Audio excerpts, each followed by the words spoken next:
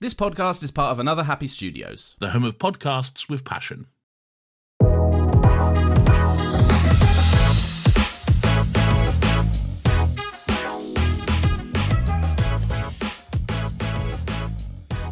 Hello and welcome once again to Talking Pictures Podcast. I'm your host David and joined with me as always my co-host Brian. Brian, how are you today? Welcome back, man. Thanks, man. I appreciate it. Thank you so much for having me.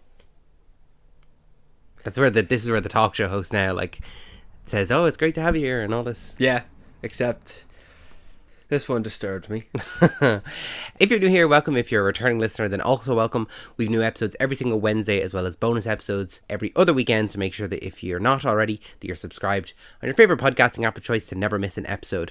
Brian, you normally have a trailer of the week for us. Have you got one this week? Do I? Fuck. Let me just double check. This is where Brian forgets that he has to do the trailer of the week. I have 3 trailers that I saw yesterday that I was like, oh, they're all brilliant, and I'm going to add them all to my watch list. So I can jump on this if you want. But Jesus, go for it. There was one that was called Roofman with Channing Tatum. Oh, that's been out a while ago. Yeah, I only saw it. Ah, but man, you have to be on the ball with these things. Okay, I saw one for a film called The Roses. Oh, that's been out for a while. Oh, okay. I only saw that one yesterday as well. In the cinema? Yeah. Oh man, these are out on YouTube for a while now. Yeah, and then there was one I saw was called I Swear. I swear? Yeah. Are you swearing that this one actually exists? Because I've never heard of it. This is one about... It's starring the guy who plays Elrond in Rings of Power. Young Ned Stark. Young Ned Stark also, yes. And he has Tourette's. And it's kind of the true story of this guy who had Tourette's and made people aware of it, because obviously he had Tourette's and was cursing at people and maybe went out to a nightclub and knocked someone's drink out of their hand and was getting beat up and sent to the hospital and stuff like that because people didn't know he had no control over what he was doing. Physical threats. No, beat him up. Obviously he's having his tics. Yeah. He'll knock someone's drink out of their hand and then someone beats him up and sends him to hospital because he can't oh, I'm so sorry, man, I didn't mean to do it. But all they see, this is back in the 90s, before Tourette's was a widely known thing. I've never heard of this. Yeah, there you go, man. I swear. Yeah, I saw it yesterday. I was like, that looks great. I hope to not see this trailer again because I want to forget it, and I want to see it in cinema. I'm going to check when this is coming out because this looks interesting. No, not that one. Looks to be coming out October 10th in Ireland. There you go. So put that in your calendar. Put that in our calendar. In our calendar. That's a good one, David. Went under my radar. Well, I'm glad that I could do your job for you. Hey now. Hey now. But we're not here today to talk about I Swear. We're instead here to talk about a horror film, which is... And I think, you know what? This year is a great year for horror. I think that we're definitely going to be talking about some great horror films in our wrap-up at the end of the year. Yeah. And today we're going to be talking about Bring Her Back. Did she come back? I thought she was going to come back. I don't want to jump straight to the end, but I will say I did think she was going to come back, but not how she wanted to be, not how the mother wanted her to be brought back. What I will say about this, though, is we normally do full spoiler reviews. I would say go and watch this film without watching the trailers or anything like that, because I actually saw this movie about a month ago. I saw it at a screening that was it was a secret screening, so we didn't know what it was going to be before going in. So once it came on, I was like, all right, okay. And I hadn't, at that point, I don't think, I had maybe seen an initial teaser trailer, but had forgotten everything about it. I didn't know anything that was going to come, any of the plot details, any of the characters, anything like that. So I was really surprised with what transpired. So that's your spoiler warning before we kick into this, because I would recommend seeing this without having seen any of the promotional material. Yeah, I only saw the original teaser myself. That was released 5 months ago, and now seeing the movie last week. I'm paying attention to these guys. Yeah, I didn't see Talk to Me when it first came out in cinema. I did see it at home after the fact. I was like, this is pretty good. Yeah. And then same as Bring Her Back, I heard, oh, it's the same guys that did Talk to Me, and it didn't quite get on my radar. To be honest with you, if I hadn't seen it at the secret screening, I don't know if I would have been jumping to go see it. Yeah, you'd be planning yourself, you'd be putting it in your calendar, in your schedule to go see it, as opposed to it being an automatic must. Yeah, but now after seeing it, I'm the exact same, where, okay, now these guys, they've made a name for themselves in the horror genre, and I'm paying attention to them. So apparently these guys are twins. Thanks, Colin. That these twins came from YouTube. Yeah, Seen a little bit of their videography. we watched one of their videos the other night. The one with the clown, the Ronald McDonald one. Can't understand a thing they're saying, and they're speaking Aussie English. Not that this movie is an accurate depiction of what goes on down under. I think that's more Mad Max, but this is something. Danny and Michael Philippou. Talk to Me was one movie that, aside from the fact that they're all speaking Australian accents and they're in an Australian environment, right? They're in Australia, all right? So the fact that it's a non-American, non-Hollywood produced horror film, that alone was an indicator enough that it's a little bit different, you know, because when a movie from England, from the UK is brought out, you can say, oh, it's a British horror film. But you won't be quick to say it's a British horror film. You'll just say it's a horror film. This here with Talk to Me, we don't get much movies from Down Under. And so when we get movies from a genre that's from Down Under, you know, it has to make a bit of an impression to stand out. And Talk to Me did. And what I think Talk to Me did so well was it portrayed the characters in that movie as lived in. It grounded the characters to a point where it really normalized them in realistic environments, whether it be teen angst or social anxiety or siblings bickering or bonding, and the grief as well of like losing their mother. In Talk to Me, yeah. So I haven't seen it in a while now, but I seen it in cinema. But introducing the MacGuffin, the plot device in that of the hand, the porcelain hand, which is used as a conduit to summon any random spirits. I know we're talking about bringing it back, but I'm just saying that how it portrayed the supernatural horror aspect in that movie. It did it at its own pace, and it did it at a pace that we are, as an audience, are not accustomed to, because we're spoiled with the ridiculous amount of horror films from Hollywood, following their own trend, their own formula, whereas we're missing some beats. We need to have a beat here, we need to have a horror beat here, we need to have a scary beat here.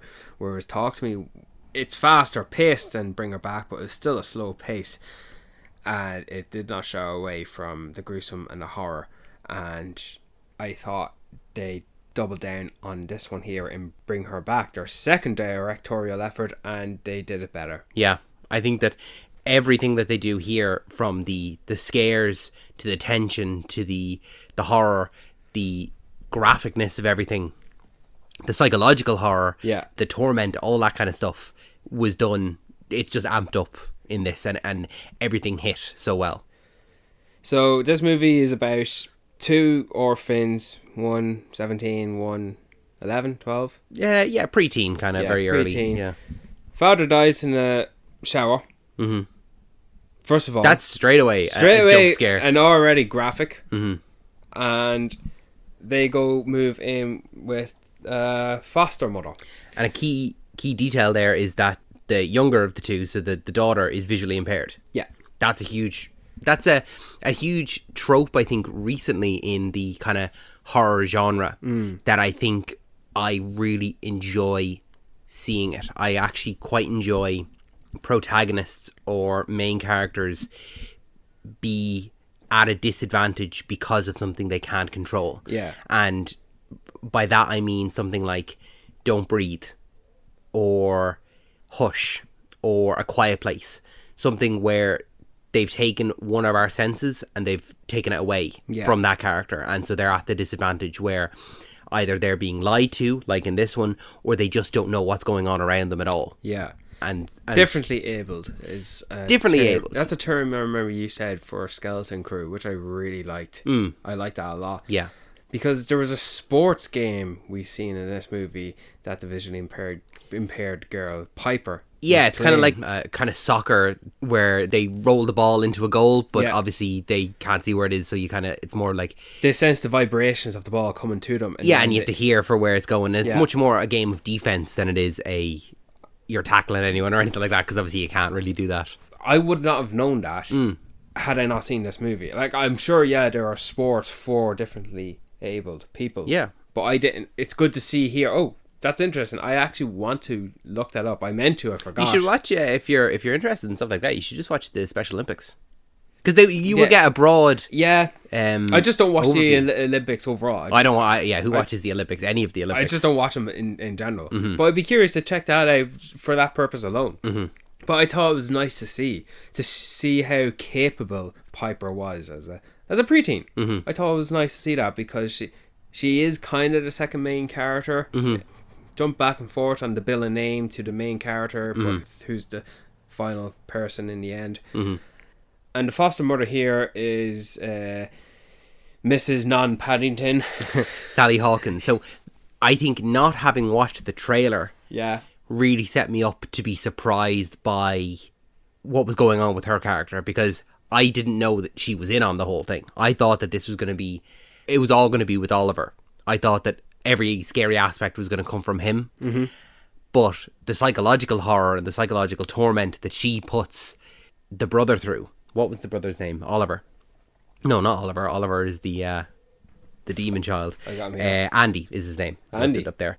Yeah, but the psychological horror that she puts him through is just as bad as the actual horror that Oliver kind of goes through. Like the torture she puts him through of obviously wetting the bed, pissing on him and making him think that he's pissed himself. Yeah. The fact that she makes him like kiss his dad at the funeral and knows that he has a problem with like showering and stuff like that. And it's the smaller things as well, like when they're all drinking and having sessions together. Yeah. How many times does Sally Hawkins say to Andy that, oh, just one more Piper will have? Yeah. Oh, she'll just have one more. Pushing it, yeah. She's constantly undermining his authority as the elder brother, who's nearly 17, so you're practically an adult at that stage.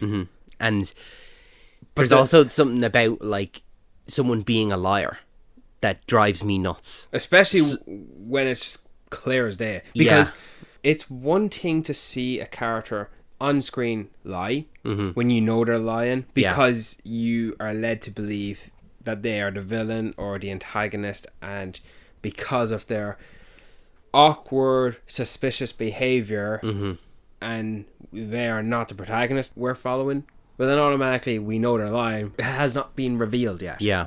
But we have been seeing the things that Sally Hawkins has been doing. We have seen the things well early on, what she's doing behind closed doors when she's on her own, the nefarious little actions she's doing to pin blame on Andy, to make him feel lesser, to make him feel like there's something wrong with him. We see multiple things she's doing to him and elsewhere around the house so early on. We not only don't know what it is yet, her goal is, but we're constantly following her. So every time we see her do something behind closed doors when there's no witnesses, and yet she's still carrying on her little bubbly, uplifting personality in front of others, like the kids, all we're thinking is, what's her plan? What is her ultimate goal? What is she secretly trying to do here? Because we're seeing both sides of her throughout the entirety of the movie. It's not one side consistent with a few interferences of her nefarious side every once in a while. Like the closest example of this is maybe the parents in Get Out. The forward nefarious act we seen the parents in Get Out do was when the entire community was there and they were all auctioning Daniel Kaluuya because they had a big picture framed up in front of them all, and the Bradley Whitford character, the father, he was doing a silent auction of numbers, and that was the most vivid display of something fucked up is going on here. So because we're seeing everything on screen, we're witnesses essentially to her actions. We get the full picture, whereas Andy only gets kind of the half picture, and he's kind of driven crazy by knowing that something's wrong, but he can't quite explain the things. But you see, we're not on the same level as Andy because we as an audience know more than Andy. So we're waiting for Andy to play catch up. We as the audience are not trying to play catch up with him, you know? Yeah. There's something that just about, like, characters lying on screen that drives me mad. I hate it. Like, it's one of my tropes. And it's not like a hated trope. It's like, it frustrates me so much when it's done well. Yeah. Where I hate being in a situation where I know where a character is lying. The one scene I'm thinking specifically is when it's getting to the heat of the moment, it's raining, and Andy smashes his fist through the wall. Yeah. And she's just constantly lying. And it's right before that scene where when she punches Piper after spraying herself with the lynx. Yeah. And then the next scene, like, you know, she's comforting Piper and Andy comes in and you hit Piper. And it's like, no, I didn't. And it's like, oh my God, like, Andy knows he didn't hit Piper. We know he didn't hit Piper. She knows. The only person in the situation that doesn't know what's true or not is Piper. But, like, you know, we can see her lying and it just drives me nuts because it's like, stop fucking lying. I hate it. I hate it so much. But I hate it in a good way. Like, it's done really, really well. Yeah. And then, yeah, exactly. Like, from that scene, then she riles him up so much that he ends up punching the wall. And you're like, oh, great, now she has more ammunition. Like, he just went crazy and he punched the wall and like, attacked me. She screams like a little child, frightened little old lady. Yeah. She falls to the floor and she's, oh, broke my arm. Yeah. That's all for Piper. 'Cause Yeah. she can't see it. Like, she's just creating this fabricated story right in front of their eyes. And it's so frustrating. Going back to when she hit Piper when she was asleep, that was done in a wide shot. Yeah, she's building on, like, she took advantage of both Piper and Andy in an earlier scene where they were drinking. Yeah. And Andy admits that to her, you know, that one time I did hit her, I was jealous because she was getting more attention. Because they're step-siblings, they're not siblings. Because his father was abusive to him. His father was abusive to him, and then Piper was treated so purely and never hurt or anything like that, and he was jealous, so he hit her. And then Laura goes and uses this information against him and goes and hits Piper. And it's a full wide shot. She sprays herself with his lynx so that she smells like him because she knows, oh, Piper can't see, but she can smell. She'll recognize the smell. So goes in, is like standing over her, just kind of watching her sleep, and then just comes in and hits her in the face. But she walks into the room. I don't know when exactly it cuts to the wide shot, but at one point in that scene, it goes from the wide shot and it doesn't cut away from the moment where she's contemplating and building up the courage to actually make a fist and punch her in the face. Because she does that and she kind of walks away a little bit and faces away from her towards the door, and then she riles up the courage, for lack of better words, to fucking smash her face in with her fist, and then she runs away, and then you see the actress Piper wake up and perform the role of actually being hit. Fucking child abuse. Don't like seeing that, not very comfortable to watch, but seeing it all done in a wide shot where there's no cut to a wider shot or cut to insert close-up shots, none of that. It's all done in a single wide shot. And I thought it captured the disturbing element of it, you know? Yeah, this movie overall very disturbing. See, there's a lot of those disturbing scenes that aren't related to the actual horror aspect of the thing, because we do have a supernatural element that does come into play, but there are so many aspects of it exactly like that where this is disturbing, I don't want to watch this, and it has nothing to do with the supernatural. It's just psychological, it's just physical. It's stuff that can happen in real life. Yeah, stuff that if the supernatural element wasn't here at all, and it was just maybe Laura was trying to kidnap Piper or something like that, because she would do all these same things. Yeah, because she didn't want Andy there in the first place. No, because she had her own daughter who was also visually impaired, and she passed away. Struck gold, I guess, with having Piper come around the corner. She wanted, like, I think it's kind of a nice aspect where even though Laura has figured out this supernatural way of bringing her daughter back, she still wants her daughter back in the exact way that she used to be, because there's no limit to who she could use as a vessel.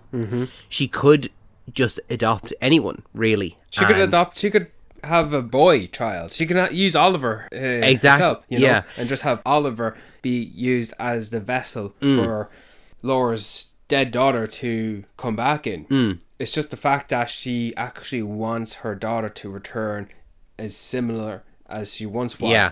A young, As if there was no difference. a young girl, visually impaired. Like, she starts to dress her up in her own clothes, and then she gets to the point where she says, "You can call me mom if you want." And I like how innocent Piper plays that off. Oh, maybe not yet. And For her, yeah. like for Piper, it is just a foster situation. You know, she doesn't see any of the supernatural elements. She Yeah. doesn't know what's going on with that, all the stuff. So for her, it is just a lady who seems to be not over the death of her daughter and is trying to make her daughter. It's like, not quite yet. No, not the traditional coping mechanism. No. But I do find it interesting how first of all, did not explain how Laura came across these tools to conjure up angels, as she calls them, because that's her way of saying, that's her way of denying. She's justifying it. Yeah, she's justifying the fact that her calling them angels is her way of justifying that it's okay, when realistically they're fucking demons. Yeah. She's delusional, you know. Yeah, but I think it's interesting that we don't know how Laura came across them. Like, maybe she knew someone who knew someone else, and that person knew that, and maybe Laura just happened to witness a little bit of it, and she did a snatch and grab and went forth from there. Did she come across these tapes? Yeah. You know, buried somewhere or something like that, or we don't need to know that either, you know, because I don't think she was like this when she had her daughter.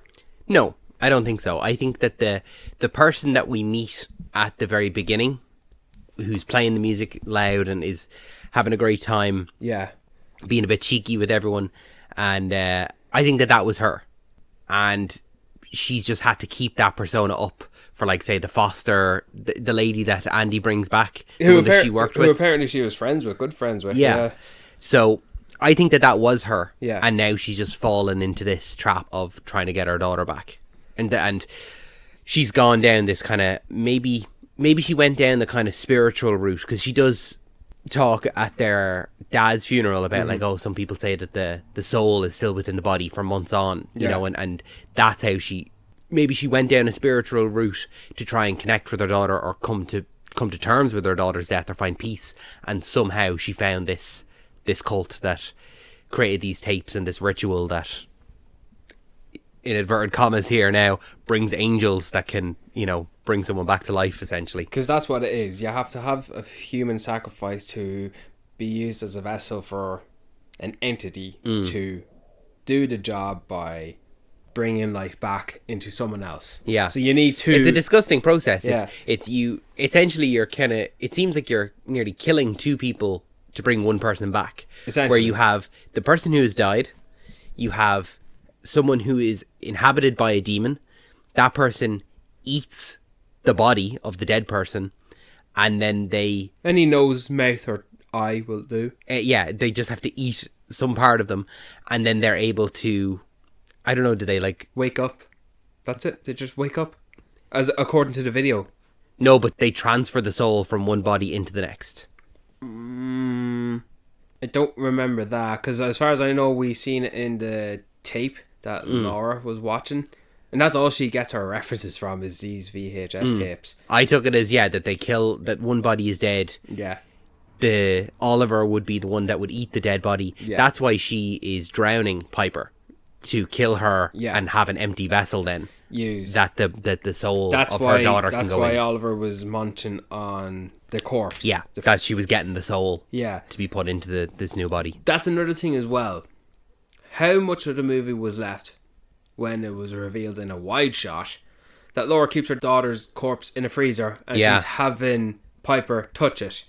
And we have little demon boy child Oliver open it up and then descend back into the darkness. It was a good 35-40 minutes Is left. it the last act, like, essentially, yeah. But like, it's so early in the last act. It's at the end of the middle act. That's just one example of what I was referring to earlier, of how many things we are introduced of what nefarious actions she's doing. Yeah. And we still have to follow her with so much screen time, with so much solo time, where she's commanding the scene, essentially, not just by the fact that she's Sally Hawkins, she's the experienced veteran actor, but also she's the only adult who's playing all the cards, especially when it's just herself and Piper left. I think Sally Hawkins does such a great job in this, where she's really playing against type. because a lot of people would know her as the kind of the mother from Paddington or Yeah. Wonka's mother, or like she's these nice roles, or even The Shape of Water. Like she's not the evil character. She's not the one with nefarious goals or anything like that. So it was really against type. So when me not having watched the trailers or anything like that, when she comes in, it's like, all right, okay, yeah, this is Sally Hawkins. Yeah, I know what kind of a character she plays. And then when it started to switch, and I was like, oh, okay, this isn't Sally Hawkins, not the Sally Hawkins I know anyway. And here may be an ad. Welcome back from the ad. So, I want to talk about the sequence that... We'll save Oliver for last. Okay, yeah. Because Oliver has a good few sequences where it's like... The movie and marketing campaign rests on the poor actor that played Oliver. Mm-hmm. Chops to him. Like, the entire... Everything was on his shoulders, I thought. But there's just something about a creepy kid. Yeah. Like, kids are creepy. And this movie does that well. Yeah. I think if like any kind of like possessed child, anything like that, like even going as far back as like The Shining, like those two girls at the end of the hallway, very, very creepy. And no one likes seeing a child inhabited by a demon at all. What happens when you get an Aussie child? I know, even worse. So, no, we like Australia.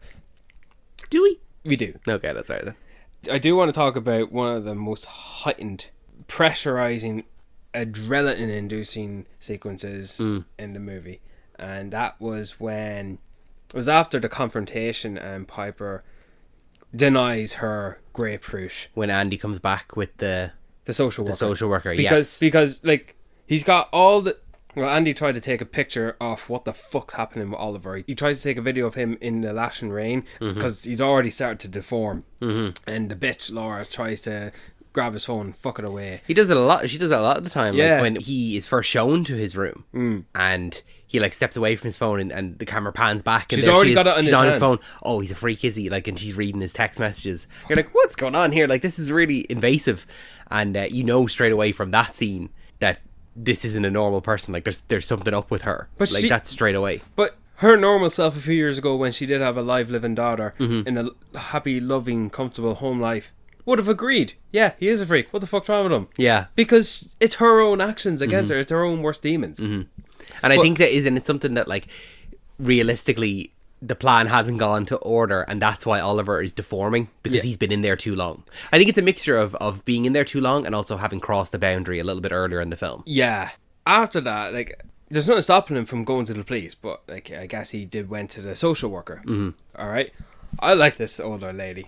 I thought she was great. So do I. I liked her green jacket, her short buzz cut haircut. I liked her. She was cool. Yeah, but I thought she was in on it as well. I thought, she's part of a cult of an overall thing. And I could have seen that going that way, Yeah. especially when Andy goes to her and she's like, oh no, this Laura one, she's crazy, she's nuts. And then she reveals, like, oh well, she's like, she used to work here. She worked here for 10 years. Yeah. Like, she's one of my closest friends. she was a counsellor, apparently. And I didn't want this movie to end like, I don't know, Hereditary or Midsommar, where all our victims... You don't like a bad ending. I don't you don't like a... I don't like it when all our innocent victims and heroes end poorly. I need the villains to have their comeuppance. I need the villains to lose in my horrors these days. So Andy came across a missing child poster. Bird. Great callback. Great reveal. And it's Oliver. curly red hair. No curly red hair there. No. And No, but she jokes about it earlier in the film. but it comes up again later on when Piper mentioned it. What colour hair does Oliver had? It's red curly. Because she touched it. No red curls there. But Andy brings the social worker back, tells him to stay in the car. He doesn't anyway. He goes on his own investigation. Thank fuck, because that progresses things to get the social worker on his side. But, you know, when Andy sent the voice message to Piper's phone revealing how sorry he was and admitting that he was abused by the father, and that's why he hit her back then, and he was apologizing. It was his redemption moment, you know, one for every character per movie. And Laura receives the message because she has the phone. She's Piper's phone while she's at the sport. I'm not sure the name of the sport, but she's away. Yeah. And I thought, okay, well, her plans have been pushed now to the dead end. No, she's going to prolong it. She's going to clean up the entire house. What? Like, how frantic and outrageous of a job that is to clean up the entire house. Brian, you don't know about cleaning under pressure, do you? Like, See, sometimes I'll get a text from you. Like, let's say today, right? You said, Yeah. I'll be there at 11. I got a text from you at 9:45 today, say 5 minutes out, meaning I had 10 less minutes. This place, scrubbed top to bottom. Hoovered, everything. Did Oliver make a mess of your house He as well? did, the little prick. Yeah? No, there is a little... Smashing glass and everything. There is a certain level that you can, like, clean when there's pressure. When it's like, oh my god, I have to get this done right this second. This house was a mess. Not your house. No, that's okay. I was about to say, you can fuck yourself. No, Laura's house was smashed to bits. Smashed glass everywhere. Was our countertops bitten off already? Countertops chipped. Was that... We'll get to him in momentarily, but... Ugh. Jesus, she really decked herself out to clean up much. She even got bit. She's bleeding, yeah, and she puts on is a sweater or something like that. A robe and a hair. It's like she's out of the shower. Yeah. And then in comes the social worker and Laura, oh yeah, come on in, of course, I know, absolutely. I'm trying to do everything I can. Lie after lie, making Andy look like the fucking... She's making him look as the delinquent kid that he has been known to be, and that she needs him to be, and she knows that the social worker would believe him to be. Yeah. Like, it's kind of like okay, I can get 1 + 1 to equal 2 because 1 + 1 does equal 2. In this situation, it doesn't. Like, he's not that person, but it's like, but I can very well make it look as though he is. Yeah, and like you can definitely see the scene ending with the social worker. You know, she walking away. Yeah, walking away. Not about her. Throws Andy in kid juvie, and we need to separate you. We need to find you somewhere else. And be dealt with later. And evil villains win this one. Yeah. But I sat up in my seat when Laura like wiped her face and a little bit of blood. A little bit of blood on her. Gets on her face. Just caught. And you know what I do like about... Red-handed. Caught red-handed. That's good. You know what I like, though, is when someone is caught red-handed like that, when the jig is up, and they go, all right, nothing to lose then, and they just go for it. But in that moment here, she's talking to a friend, right? She actually tries to justify how long have we been friends? We know each other. Yeah. And then she actually opens up desperately to reveal what she's doing while holding back the graphic information and the crimes she's committed, such as kidnapping. Yeah. But she's trying to justify it because she can bring her back. She hit the title. She can bring her daughter back. She's trying to, sweeten the deal of what her actions will ultimately lead to. I'm doing this for the greater good. Yeah, my actions might be questionable, but I will bring my daughter back. But she knows it's wrong inherently. That's why she's grabbing a hold of the social worker. And I love her Aussie acting. Let go, love. Let go, love. Let go, love. Let fucking go, love. Fucking get off me. I actually love that. And this is after Andy found Oliver chewing on the corpse in the fucking shed. Yeah. And he looks back on her. And I believe he'll just keep on eating anyway, because that's his mission. And that's all he is. He's been hungry the whole time. Yeah. This demon, its job is to eat the dead body. Yeah. And it's not like it's an evil demon that's possessing anyone, it's not like haunting anyone or doing anything like that. It's just hungry. It's like this angel or this demon has been brought into this body to eat. That's all it does, and that's what it wants to do. So it's not like it's going to hurt anyone or not. It's not like it the only person that it hurts is itself. Yeah. In the body that it's in. We'll get to him. Yeah. And Andy walks in, you need to see this now. I fully believed, she's going to come back and hit her at the top of the head and she's going to fall off the balcony. No. Actually brings her out, shows her what's going on, shows her the deformed, possessed, cannibalistic child. Yeah. And I fucking loved where we were going.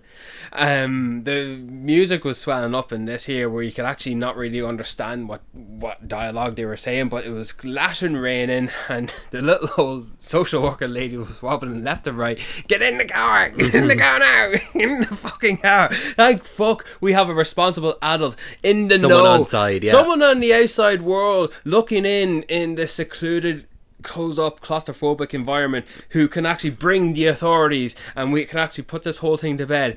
And out from fucking nowhere, the car got me. Normally I can tell, and normally it's like a big wide shot and you can tell when a car is going to come and hit someone. Yeah. Got me completely out. Oh Jesus, I jumped out of my seat. And the way they shot as well, these guys, the way they filmed that, it was so effective, because you actually see the woman get flopped onto the bumper and smashed into the other car as well. Wow. It was out of nowhere. It was done so well, and you're like, because of all the tension that's built up in it with the music and the rain. Yeah. That once they're hit and they're on the ground, you're kind of like left in this silence of like, oh no, like we were finally in a winning position. We were about to win, and how could you not ripped out from under us? How could you not achieve victory after that? How could you not get away from there successfully? You had everything going for you. Yeah.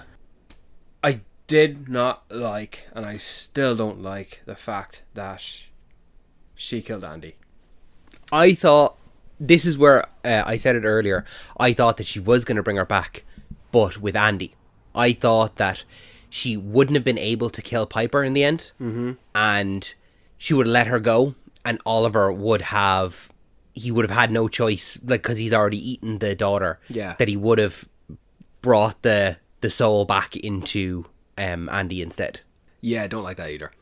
That's just where I thought they were going with it, and I don't like that he died. I quite liked him. He was my favourite character in it. I was like, I like seeing this 17-year-old that has been put through the ringer being physically abused while he was young. Now he's being mentally tortured by the memory of his father. Like, there are so many scenes where, like, he goes in for the scene where he goes for the shower. Finally, he confronts his trauma and has a shower. Yeah, and the ghost of his father is there, and it's terrible, it's disturbing, and there is a supernatural element to the film, but this isn't it. This is all in his head. You know, this is just the trauma that he's been left with. I wonder if that has something to do with Laura cutting the hair from their father in the coffin, and did she conjure the spirit of his father? That's possible, because you're right, that does happen, and there's nothing that really comes from it afterwards. But because we had seen so much of it where we do see what Laura is doing, and we didn't see anything like that where she did conjure any kind of there's spirit from it's it. all surrounded with Oliver. So I didn't believe so. I took that as that was his own mental trauma manifesting as a ghost of his father. I thought that he wasn't dead. I thought I think I don't think that you thought he wasn't dead. I think that you hoped he wasn't dead. Yeah. You kind of hope that at the end, Andy comes in swinging and he knocks her out in the pool and saves Piper, and they run away and they're okay together, and they're in an apartment together and something like that. Because that was the plan, wasn't it? They were supposed to only be there for a few weeks until he turns 18. Yeah. But like, even Piper said that, I was like, I was really looking forward to getting her own place. Like, she wants to live with her brother. Yeah. Who she'll call a fucking paedophile when she's trying to pretend to be cool in front of friends who are not friends because they're fucking bullies and fucking fuck kids, bullies, fuck cunt. They don't bullies. know any better, man. No, you don't bully kids. Period.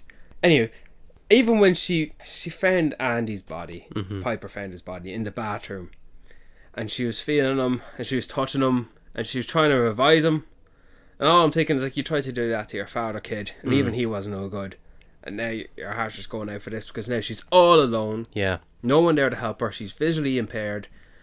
What's she gonna do? Yeah. She'll walk into a bloody mess of a house, Piper will, and can't even notice the blood on the floor because she can't. And yeah, I just wanted him to wake up then and there. I guess then, even in the end, after I got past my denial and I accepted, okay, he's dead. But maybe his spirit can still come around. Maybe his spirit can still come around somewhere, somehow. Like, I don't know, maybe if we were to jump into the rescue and rescue her and pull her out from the water, and I don't know, maybe the two of them were to run to safety, but then he couldn't go any further. Or maybe he's stuck in the boundary or something like that. Or maybe he could only stay for long enough for him to get her to safety, and then he disappears.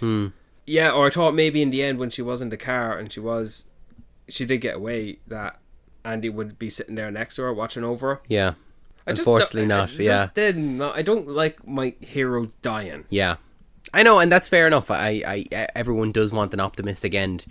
And I think it does, like, the fact that Piper is the one that is, she's the sole survivor. Yeah. But also the kid, Bird. Oliver, so Oliver is that's the made up name, isn't it? Yeah. So his conclusion made it overall bearable. Yeah. Because of how his narrative ended. Yeah. But we'll get to him in a minute, because I think he steals the whole show. Someone with so minimal dialogue steals the whole show. But just finishing up with Sally Hawkins' character. with the heroes dead, and now she's bringing Piper back from the sports center, and she's getting exhausted with all the lines she has to just keep it all straight in her own head as well. Like. Yeah, and like the fact that Piper is just feeling the deformed Oliver in front of her, and she's not even putting in the effort to make a good lie. It's just Oliver, he's fine. Yeah, don't worry about it. Just come with me. Yeah, Andy, he's out here. He's sick. Just come with me. Like she's at the point now where she needs to do the deed before just get it done. Yeah. Because murder has taken place now, and it's like if she has one last thing to worry about, if her own daughter is back, that's one last thing I need to worry about. Like she'll happily go to jail if she gets to bring her back. Yeah, and I like how Piper immediately ran away when she finally came to her senses that no, something fucked up's happening here, and it's just when she found Andy, and then she's asking what you doing, and then that's when Sally Hawkins, Laura, she says, I've brought an angel back, and she gets into the whole spiel, the exposition dump, and we kind of get everything we need to know then and there, and like I said, she's fed up with all the lying. She just needs to get the deed done, and so she says, I'm gonna drown you in the pool, love. Simple as. Yeah. No more. There's no more dancing about it like that. It's just. I like how instantaneously Piper grabs the nearest block of something and fires it at her forehead. And she grabbed something from behind and she flung it at her head. And she's not gonna happily step into the pool. And, yeah, sure, drown me. Go ahead. She's gonna fight for her life. She ran away and she ran into like a pole or something like that. And she got dragged out and dragged into the pool. And then it starts raining, and then we see the Oliver kid from the far distance, all in the same tracking shot as well. All the blocking these characters are doing, the actors are doing. Or following Sally Hawkins drag the kid from the inside of the house to the outside into the pool, when we dolly track forward towards Oliver with a big fucking gut on him. It's like the demon is like, he doesn't want to be in Oliver's body. Yeah. He wants out. Yeah. And it's like, okay, so it's like he's nearly like a tiger, like looking over its prey, like kind of ready to pounce. Like it's just moving around, waiting to, once it gets the spirit of her dead daughter into Piper's body, it can go, it can be free. Because this is a demon that doesn't apparently want to inhabit a body. Talk about changing things up. Yeah, normally it's a demon that wants to come back and take over, but no, it's like, I don't want to be here. I don't want to do this. You've summoned me. I don't want to be here at all. Yeah, something similar to the Talk to Me. Yeah, kind of. The demons and supernatural aspects are summoned. Yeah, it's not against their will. Yeah, they're brought forward by the protagonists or the main characters. The living world. Yeah, the living world. It's not something that they've chosen to be there, or they're actively attempting to access the living world. Yeah. But just back to that tracking shot with the blocking, like, because when she's dragging the kid from inside the house to outside, and Oliver's in the background, and the tracking shot goes up to him, and he goes in the pool, and we track back to center everyone together, and everyone's in the pool at the same time. I really thought Piper was gonna die. Yeah, I thought so too. And I was going to leave the cinema unhappy. But she didn't. She called her mom. And that broke Laura. And she finally realised, fuck am I doing? Yeah, shouldn't be doing this. It's alright to kill my friend, the social worker, and kill Andy, but... And kidnap a child and torture him to the point where he's going to be scarred for the rest of his life.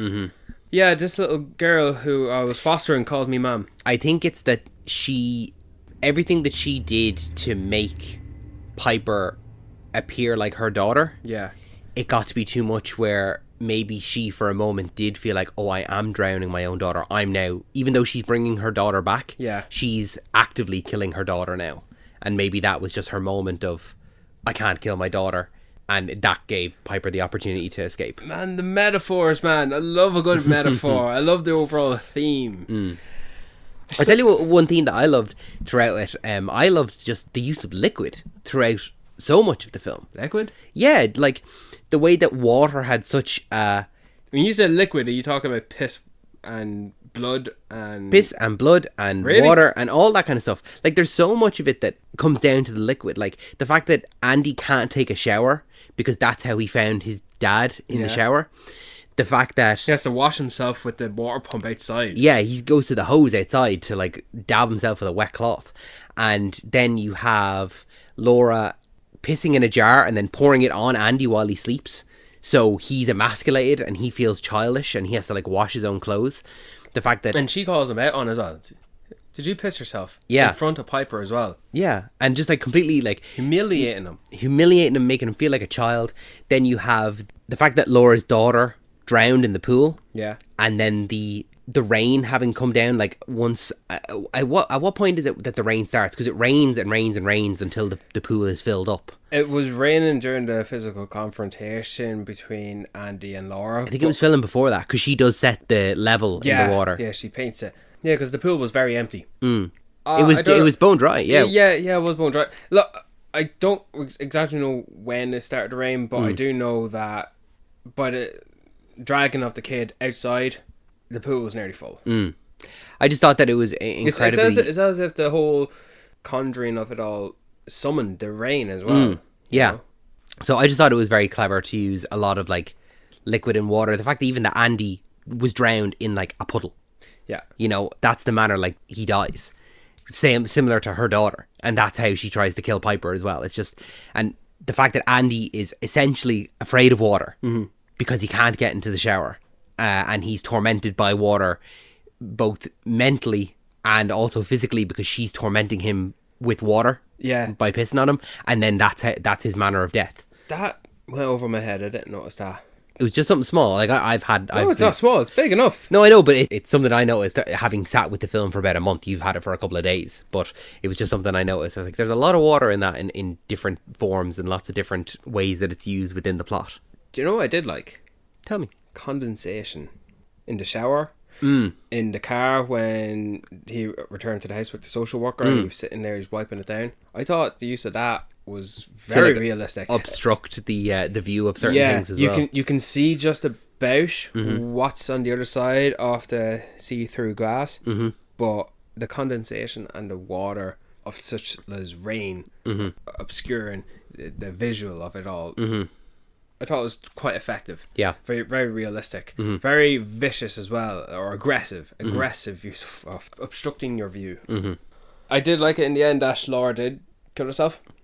That she opened the veins from her bite wound from Oliver and dragged her dead daughter's body and died with her in the pool. It's kind of one of those things where it's like, at that point, the character, like, there is no redemption for the character at that point. No. And so she knows that herself, and it's like the only way now for me to be with my daughter is to die. Yeah. And that's the only way I can be with her. And that's further in capturing the fact that what happens in the horror story stays in the horror story and the outside world is not included. Yeah. They're not privy to what happened here. Yeah.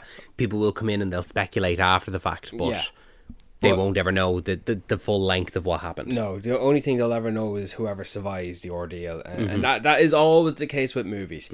Like, could you imagine, what's a traditional horror movie off the top of your head? The Exorcist. The Exorcist. Imagine if the city news and the media covered the entirety of the exorcism and they actually had like news cameras and reporters in on the exorcism and they broadcast it on live TV and they had proper experts from the church to conduct the exorcism. Imagine that. It'd be just a completely different... It'd nearly be different altogether. Even with this, with Bring Her Back, like the two survivors are Piper, a character who's visually impaired and didn't know what happened. She'll only know what she heard and what is being told to her afterwards. She won't be able to recount what fully happened. And the other person then is Bird, who was Oliver. God fucking knows what he'll remember. Exactly, like he was possessed the entire time. Does he remember anything? Does he remember being kidnapped and then waking up? Yeah. Deformed. Like, we don't know what he is, so let's talk about him. Movie stealer. Absolutely, 100%. Minimal dialogue as well. Next to nothing. Like I said earlier, the creepy factor just taken, it was 10 out of 10 for a demonic possessed child without it being like say even the fact that I've said The Exorcist, there's a good example there of, you know, the demon speaking through the child or anything like that. It's just a child that you know something is off with, and it gets worse and worse and worse as it goes on. The deadpan stares is one thing. Like, remember when he cut himself by smashing the glass window, and Laura had him in the bath, and his reflection was seen, and the red eyes, and the smashed mirror in the bathroom, and then the moaning sounds of the cat, because apparently he ate the cat, and that's why he's just hungry. And that, well, the echoes of the cat was coming from Oliver, and then you saw a millisecond of a shot of what the demon might look like. Yeah, in the reflection in the I'm mirror. glad we never got that again. Yeah, that was enough just for you to know Not fucking, Oliver's not Oliver. Not fucking normal. I liked the relationship that Andy had with Oliver, where, yes, he does call him a freak. He tries to big brother him. But then he does try and big brother him, exactly. When Laura and Piper go out, the two of them are left in the house, and he goes and says, "Oh, did she lock you in your room? Like, come on, I'll bring you out and I'll make you some food." Yeah, and he's the one that wants to try and get him to talk and like write down. And he has to make him, now, if you want this food, you're gonna have to talk to me, even if you're gonna write it down. Like, he's testing him, you know. Yeah. But like giving him a bit of a challenge, thinking it's normal. You know, how long have you been in mute? So I'm wincing already just at the thing we're about to talk about, because it's done so well. Yeah. Well, first of all, he wrote down bird. It's not revealed until after what it meant. Well, but like, he wrote down something. The scene happens, and then that's when Andy sees he wrote down bird. He's like, "Oh, is there a bird in the house somewhere?" No, bird's his surname. It's the fact that Oliver is still in there somewhere, and he's echoing out every once in a while. Yeah. Similar to maybe Get Out. Okay. Sorry, I'm wincing just at the thought of trying to remember this. So let's not gloss over it, but let's talk about this really quickly. So Andy gets the knife, uses it as like a utensil, like a fork, just to offer. Yeah, and he offers the fruit to Oliver, and rather than a traditional thing, what you'll do is you'll grab the fruit off the knife. No, he grabs the knife, and then Andy does the typical thing that we all know you shouldn't do, but you do anyway for the sake of the movie and the scene. Turns around to grab something, doesn't matter what he grabs, and you hear it. Yeah, and then he turns back around, and Oliver is there chomping on the knife at the sharp end and just cutting his teeth and his gums. Oh, the two of us here, no, we can't talk about it. Yes, we can. Yeah, we can just talk about it. Cutting his face to pieces because he's just hungry. He just wants to eat. Do you know what's mad as well? Do you know what's more graphically detailed? It's even more hard to talk about because of the angle he was holding the knife to eat. If he was holding the knife flat, at least the like teeth that would be intact.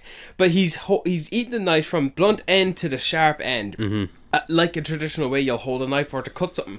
And he's just chewing it away, and he cuts his lip open. Imagine trying to grab that off him. Yeah, and you're doing more damage as you're trying to take it out. Oh, and then he does get it away, and then Oliver just chomps down on the wooden island, like the actual countertop. Actually, he does that at the end. He does all. Is that it? He does all his vicious food tester at the end. After the knife, Andy tried to pull him out of the house and out from the circle. Oh, that's when he pulls him out. Yeah, so there's a boundary around the house that the demon essentially can't leave, and he pulls Oliver out beyond this border, and that's when it seems as though Oliver is back, and the demon is nearly like it's trying to push down into its stomach, and he's trying to force its way out of the body. Yeah, talk about epileptic episode. Yeah, multiply it by 10. And then just the worst timing possible for Laura to return, and she's shouting what's going on, telling everyone to fuck off, and she's trying to conceal and justify and make everything sound reasonable. And even after all that, she says, "You damaged my door, mind your own fucking business." It's like, this is child abuse. Yeah, like what's Andy done here is that he's let this child who's locked in a room, like maybe he sees himself a little bit in Oliver because he was abused by his dad. Yeah, he's helping him out. You know, he wants to connect with him. It's like, "Oh, you talk to me," you know, like the other movie. I'll feed you. And he said the line, "Talk to me," in the movie. Give him a bit of food, write down what you're saying. Then he turns around and he's eating a knife, and you're like, "Oh fuck, I fucked up so bad. Yeah, I'm gonna get, you know, I've damaged this child probably permanently. I'm probably gonna go to jail. I need to take him to an emergency room." You pull him out beyond this border, and all of a sudden he starts having this fit, and he doesn't know any supernatural element is No. at play here. He just thinks that he's a mute kid. Maybe he's on the spectrum or something like that. He doesn't know. And in his mind, he's done permanent damage. I need to take him to the hospital. And now all of a sudden, all this is going on. He's like, what do I do? What do I do? And then He's getting the foster brother comes home and is giving out to him about a door. You're like, what?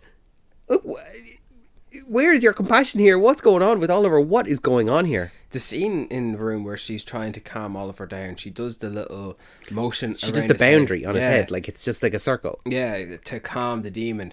But Oliver was coming through. Oliver, He said, "Who are you? Where am I?" Yeah. It's like putting him back in the trance and letting the demon take back over again. Fucking bitch. Yeah. She's a good character to hate, isn't Yeah, she? Like, because she turns up the music very loud as well. And the movie did progress, and then he just got worse and worse to the point where he just deteriorated. The actor had prosthetics on. And he looked good, and he looked believable within this world as well, even though there is the supernatural element. Yeah, he looked very believable. I thought it was to a point of no return. It's like, this kid would be better if you put a shotgun to his head. Yeah, it's kind of that thing of like, oh, just put me out of my misery. Yeah, but maybe he's found by the police. Well, this is just during the part where he's smashing the house up, and he he eats the fucking flesh off Laura, and was this a scene? Yeah, this is the scene, because she tries to bandage herself up because he's tuned down on everything, like the wooden counter. Yeah, that's when he's eating it down. Oh, his teeth. And what else does he try to eat? I can't even remember.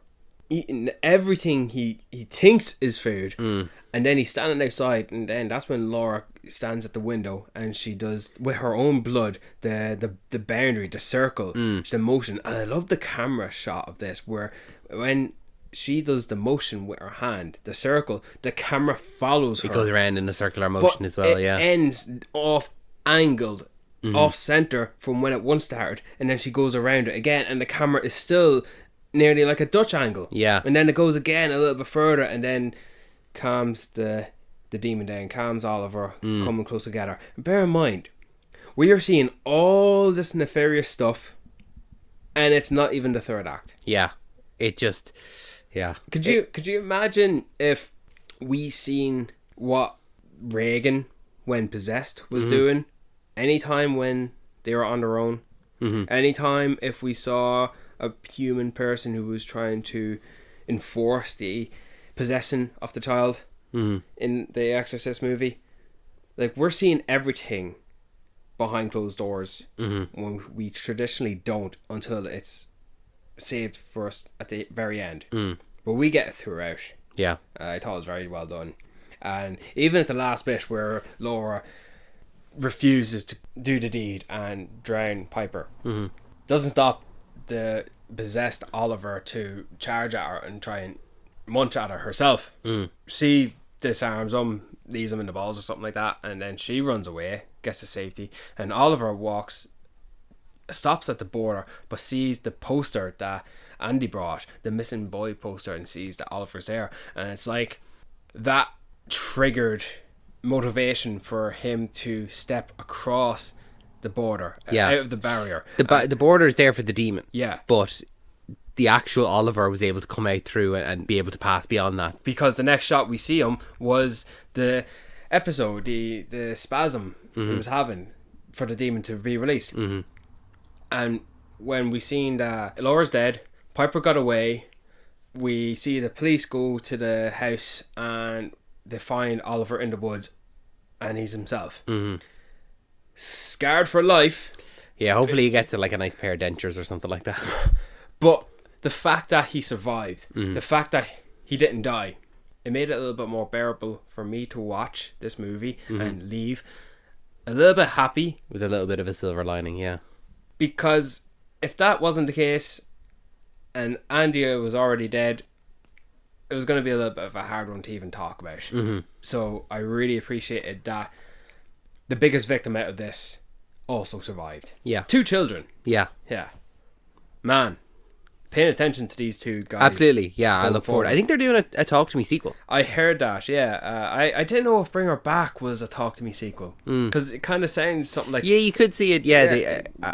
I heard someone say that they were like, oh, I wonder what big franchise, they'll be tapped to do.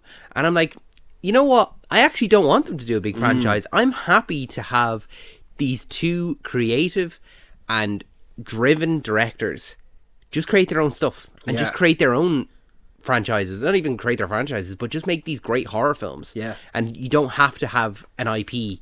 Maybe if they want to do an IP, then absolutely, like, go for it. But and maybe I'd even actually maybe like them to revive an IP or something like that. Yeah. But not just, you know, jump into the grind of like, oh, we're gonna put you on the next Scream film. Because that's not. Oh, that's not their. That's no, not it's not them. Not their style. So- at all. Here, look, I could see them.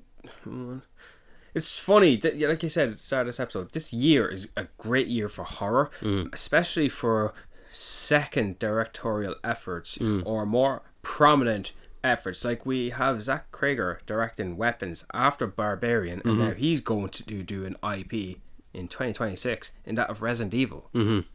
He's reviving an IP that's dead.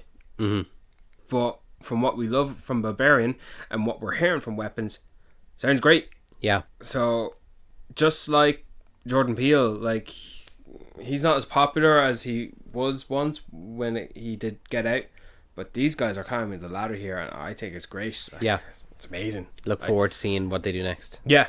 Because now it's a situation where you're paying attention. Okay, what's their next film? And I'm glad that a country like Australia has these guys to call their own. Yeah, You know? absolutely. Absolutely. Yeah, it's great, man. Love it. Have you got any recommendations before we let these people go? Yeah. Something a little more uplifting. Okay, go for it. I'm going to recommend The Naked Gun. Okay. The Liam Neeson one. Yeah, I watched it.